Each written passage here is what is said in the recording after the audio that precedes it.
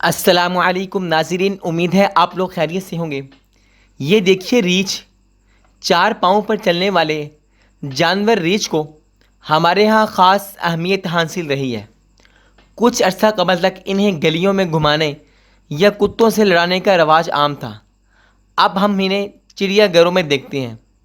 ریچھ قطب شمالی جیسے برفانی علاقوں سے لے کر منطقہ حارہ کے جنگلوں تک مختلف ماحول میں پائے جاتے ہیں۔ انٹارکٹیکا کے علاوہ یہ ہر بر اعظم میں موجود ہے۔ یہ کم گھنے جنگلات، گھاس کے میدانوں، صحراؤں وغیرہ میں پائے جاتے ہیں۔ ان کی عمر 20 سے 35 برس تک ہوتی ہے۔ 4 کے علاوہ یہ انسانوں کی طرح 2 ٹانگوں پر چلنے کی صلاحیت بھی رکھتے ہیں، اور آپ نے اکثر مشاہدہ بھی کیا ہوگا کہ کئی ریچھ ایسے بھی آپ نے دیکھے ہوں گے کہ 2 اپنی ٹانگوں پر چل رہے ہیں، اگلی دونوں ٹانگوں اٹھا لیتے ہیں اور پچھلی ٹانگوں پر چل رہے ہوتے ہیں۔ ریچھ کی 8 بڑی انواع ہوتی ہیں۔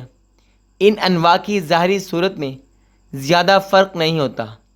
ریچھ کا رنگ اس کی نوع کے لحاظ سے ہوتا ہے۔ یہ سیاہ بھی ہوتے ہیں، بھورے، سفید اور سرخی مائل ہوتے ہیں، یعنی ان قدر کے یہ ریچھ پائے جاتے ہیں۔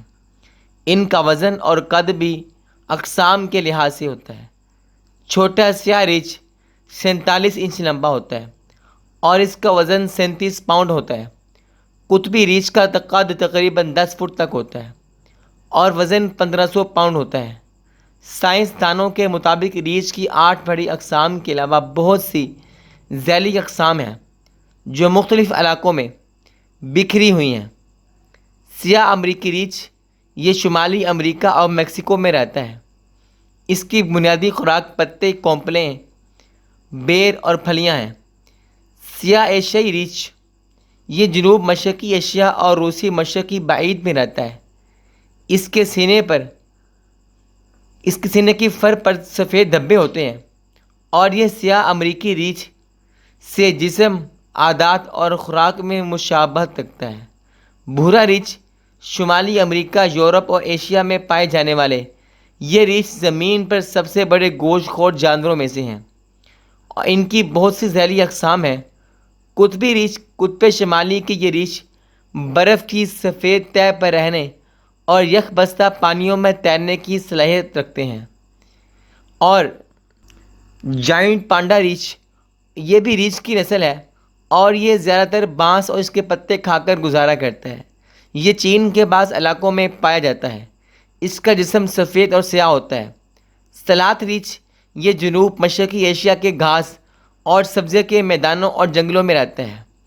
اور ایسے ہی ریچھ کی تھوڑی سی مختلف اقسام اور بھی ہیں جو جنوبی امریکہ کی مقامی ہے اور 3000 فٹ سے بھی اونچے بادلوں میں گھیرے جنگلوں میں رہتے ہیں۔ غاروں میں رہنے والے شیر طویل نیند سونے والے ریچھوں کا شکار کرتے تھے، کیونکہ جو ریچھ ہے یہ طویل نیند سوتا ہے، لمبے عرصے تک سویا رہتا ہے، تو جو شیر ہیں غاروں میں رہنے والے ان کو موقع ملتا ہے۔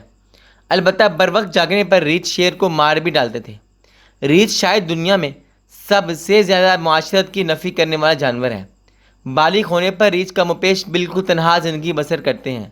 نر اور مادہ ریچھ کی جسامت میں بہت زیادہ فرق ہوتا ہے، اور گزشتہ 10,000 برس سے انسان بلیوں، کتوں اور مویشیوں کو پالتا چلا آ رہا ہے، تو پھر ریچھ کو کیوں نہیں پالتا؟ اس کی وجہ یہ ہے کہ ریچھ بالکل تنہائی پسند جانور ہے، اور یہ انسان کا کہا بڑی مشکل سے مانتا ہے، اور دباؤ میں آ جانے پر جارحانہ رویہ بھی اختیار کر لیتا ہے۔ ناظرین، ریچھ ایسا جانور ہے جس کے متعلق ہمارے معاشرے میں بہت سی باتیں پھیلی ہوئی ہیں کہ کچھ لوگ یہ کہتے ہیں کہ جو ریچھ ہے یہ عورتوں سے محبت کرنے لگ جاتے ہیں، اور کسی خوبصورت لڑکی کو دیکھیں یا کسی عورت کو دیکھیں تو یہ ریچھ ان پر عاشق ہو جاتے ہیں۔ یہ ایسی بہت سی باتیں معاشرے میں پھیلی ہوئی ہیں۔ پاک بھارت میں اکثر بڑے بوڑھے نوجوان لڑکیوں کو ریچھ کا تماشا دیکھنے کی اجازت نہیں دیتے۔ اکثر علاقوں میں ریچھ کے تماشے لوگ دکھاتے ہیں، لیکن وہ ریچھ کا تماشا نہیں دیکھنے دیتے۔ ان کا خیال ہے کہ ریچھ لڑکیوں پر عاشق ہو جاتے ہیں۔ ناظرین، لیکن یہ ان لوگوں کا خیال ہے، لیکن اس کے برعکس اور بھی کچھ لوگوں کی رائے ہے۔ وہ یہ کہتی ہیں کہ ایسی کوئی بات نہیں ہے کہ ریچھ عورتوں پر، لڑکیوں پہ عاشق نہیں ہوتے۔ وہ ایسی دقیانوسی اور ایسی باتیں پھیلائی ہوئی ہیں۔ لیکن یہ مختلف آراء ہیں. یہ بھی رائے ہے کہ یہ عاشق ہو بھی جاتے ہیں، ایسے کچھ واقعات ملے بھی ہیں. باقی آپ کی کیا رائے ہے آپ کومنٹ میں ضرور بتائیے گا. ناظرین ویڈیو کو لائک شیئر کریں، چینل کو سبسکرائب کر دیں. ملتی ہیں ایک اور ویڈیو سے، تب تک کے لیے اللہ حافظ.